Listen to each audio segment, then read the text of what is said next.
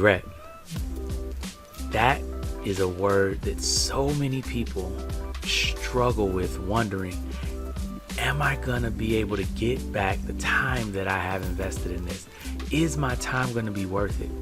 Is this one of the things that you're wondering about right now? Are you at a point in your life where you know you put a lot of time and a lot of energy into the things that you've been trying to do all of the best things for all of the right reasons, but you're really wondering, is it actually gonna be worth it? Well, in today's video, I'm gonna talk to you about the concept of sunk costs, how you can identify them, how you can recover them, and eventually how you can avoid them altogether. Are you ready? Welcome to Thrive Nation.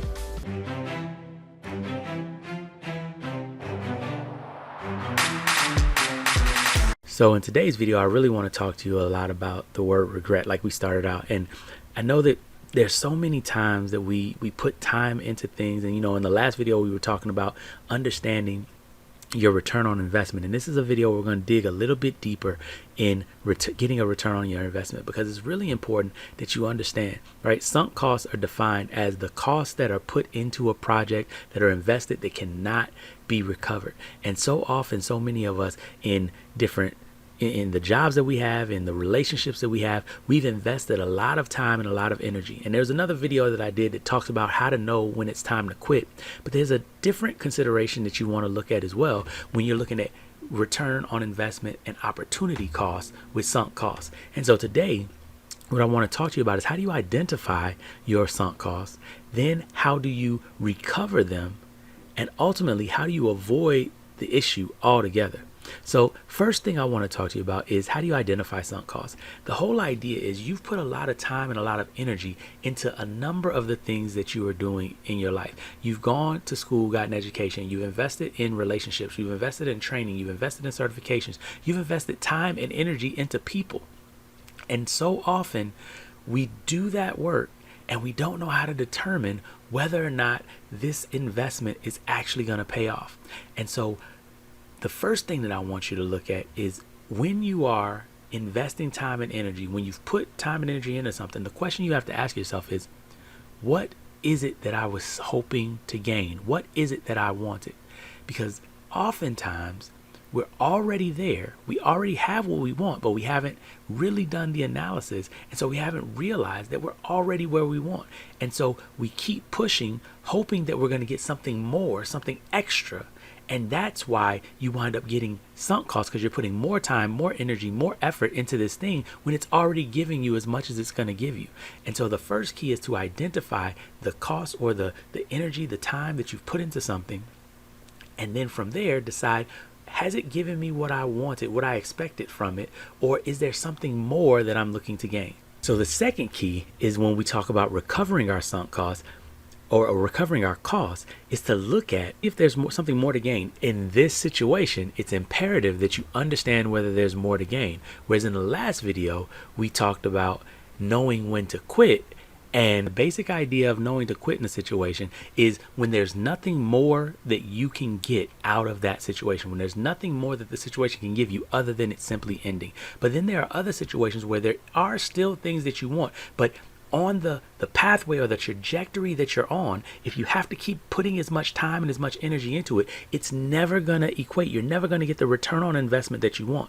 So in this instance, you have to figure out, how do you reduce the amount of time and reduce the amount of energy that you have to put into it to still maintain, or to still get the return that you're trying to get. Now, in real life, one of the things that you can look at is, in practice, if you've put time and energy into a job, and you've been sitting there and you're working 50, 60, 70-hour weeks to try to get to a certain position. Maybe you're making very good money. Maybe you're having professional, you're feeling very, professional status is high, but you've realized that you can't keep giving this much time and this much energy to the job and keep your family going, and take time for yourself.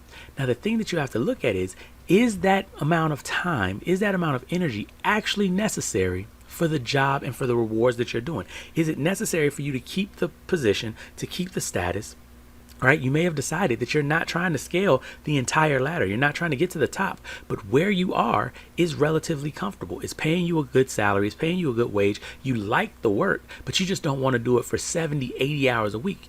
If you do it for 40, 45 hours a week, you're comfortable. So now what you have to learn is how to scale back, how to reduce that time and that energy that you're putting into something so that you can recover the sunk cost and actually live the lifestyle that you've earned with this position.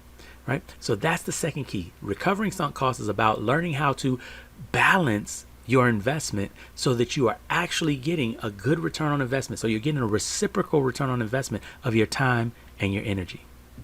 Step number 3 is, how do you avoid sunk costs to begin with? How do you avoid the feeling, that foreboding feeling of regret and hoping that you're not just putting time and energy into something that's never going to pay you back? And this is where I have to, take you back to what we talked about in your return on investment question. So many people struggle with the idea of defining success before we start. And it's okay. Sometimes you haven't defined success before you start, right? Like they say, the best day to start building a house was yesterday.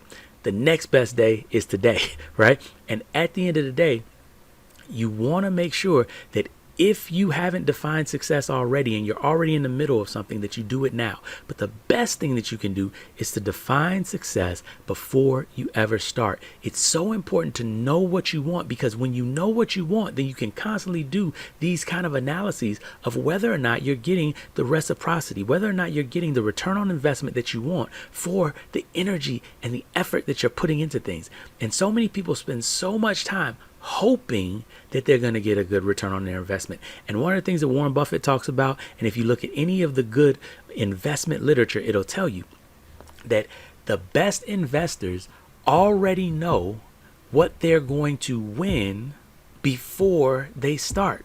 They already know that their exit point on whatever deal it is, if it's a real estate deal, if it's a tax deal, any of the rest of that, they know that in the worst case scenario, they're going to be okay. And now it just has great upside. And that's what you want to be able to do for yourself. You want to set yourself up so that at the beginning of you doing something, when you put the energy into it, you know that at the very least, you're going to get at least what you want. And it may be even bigger than your wildest dreams. That's the difference between just living in survival mode and actually living and thriving and living the thriver life.